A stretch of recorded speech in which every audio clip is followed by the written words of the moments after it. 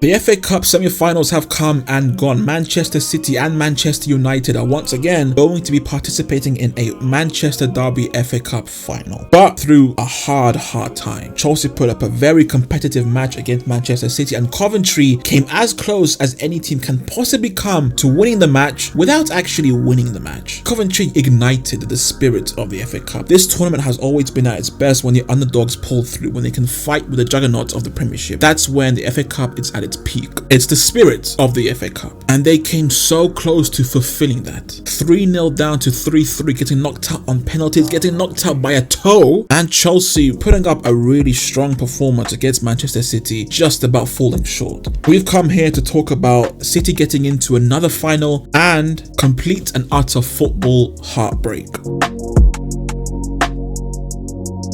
And we start with Manchester United 3, Coventry City 3, Manchester United going through 4-2 on penalties. I need a minute. This was honestly, in recent memory, the greatest FA Cup semi-final I've ever seen. In terms of just pure entertainment, unbelievable. The comeback, the underdog story, to end it with complete and utter heartbreak. It had it all. It was a movie. Let's go through the match.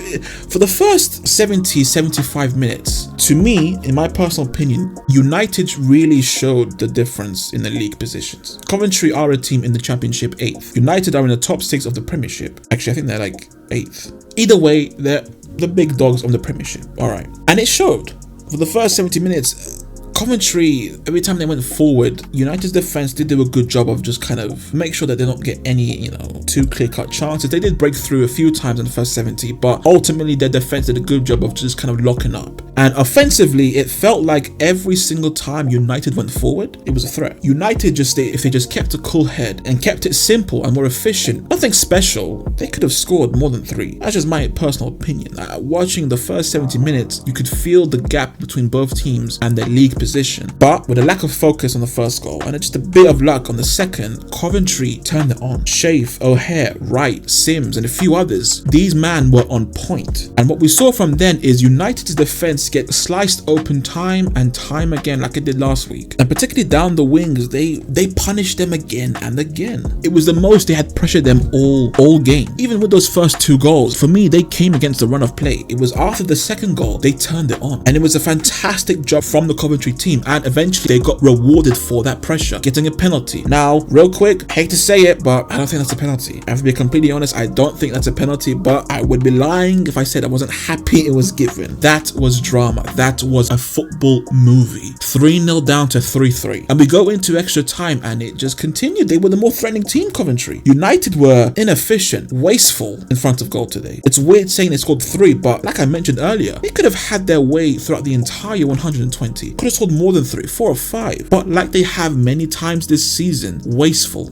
Coventry looked like the more threatening team in extra time. And I've got to say, Coventry City can hold their heads high. They put up a fantastic performance. And that offside, my goodness. When that goal went in, I went ballistic. I couldn't believe what I was watching. This was a moment, and for it to end like that, for that toe just to be that inch forward and it gets called offside, you couldn't write this. It was a complete and utter heartbreak. So close yet so far, and we go into the penalty shootout. Once again, so close yet so far. Kashmir with an awful penalty. They missed their first one. Coventry score their first. It's gonna happen. It's gonna happen. It doesn't. Good from Onana, and just also very bad penalties from Coventry. United win. Like I said, Coventry can hold their heads high. That is a very admirable performance. 3-0 down to go out in a penalty shootout, losing to a toe.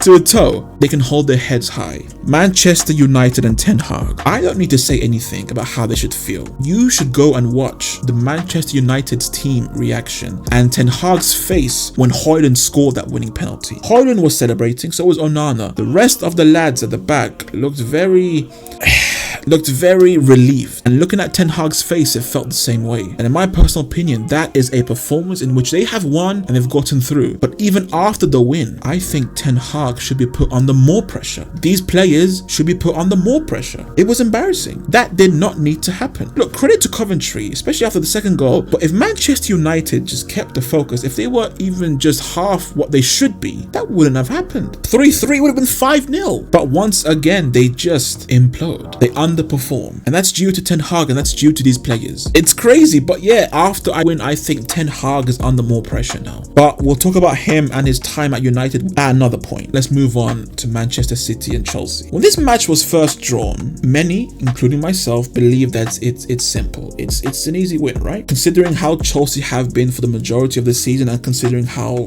great Man City have been, you'd think there's not much to worry about. City through to the final once again. But there were some factors to consider that could really help Chelsea. A few of those being, well, City are just coming off a devastating loss, going 120 minutes midweek Wednesday night against Real Madrid. So you'd imagine they'd be fatigued. Hasn't been that long, not a huge break. Pep made a huge deal about it, and I've got to say, rightly so. So that's a factor to consider. Also, Chelsea are in great form, coming off a 6-0 win, an emphatic win. That's got to do something to raise spirits. And they also have a lot to prove. It's been an awful season, and this is their only chance at silverware. So winning this would really be a great end to an awful season. Also, Palmer is in the form of his life. This guy is on point. And finally, Chelsea do actually have a decent record against the Big Six. I know it's surprising, but it's true. So with those factors to consider, there is reason to believe that they could upset them. And you'd be right to think so. When you watch the match, City looked fatigued. Players like Rodri, players like De Bruyne did not look particularly great. I know De Bruyne got man of the match, but I'm sorry, no. Look, he wasn't bad, but he wasn't man of the match. The team in general looked fatigued. Chelsea managed to beat their defense a number of times and allow themselves to be in a position to punish City. But the issue comes then, because they were extremely wasteful. Now, they were either one of two things: a very indecisive, poor decision making. They get to a point where they have a great chance to conjure up an attack, but nothing comes from it. No shot, no nothing,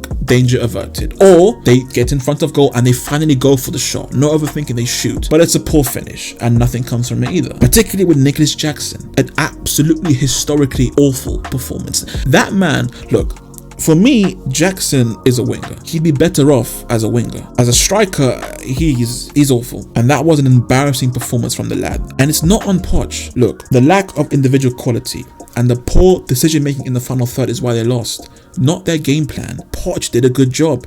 He made it uncomfortable. City looked more uncomfortable than they did against Arsenal, Liverpool, or even Real Madrid. The reason why they lost is because they were just extremely wasteful. The lack of quality up front, and also just a terrible low IQ, very low IQ, which is a huge problem in decision making. But another reason is that they were unlucky. That penalty, well, I'm sorry, that handball was a penalty. Clear cut. It clearly hits the hand moves toward the ball. It was from afar, so you have a lot of time to react to it, to move your hand out of the way. It ticks every single box required for it to be a penalty. They don't give it. And by the way, I think it's worth noting that Michael Oliver, the same referee of the City-Chelsea match, was the same ref of the City-Liverpool match where Doku almost killed McAllister. But look, it's still on Chelsea here. They had more than enough chances, more than enough times where they were in a great position. It's on them that they never capitalized on it once. And a quick note on Cole Palmer. I've seen some people saying that he ghosted. Bad performance. No goals, no assists. I'm sorry. He was by far the most threatening player on the pitch. Silva was a close second, Bernardo Silva, but for me, Palmer was the most threatening player on the pitch.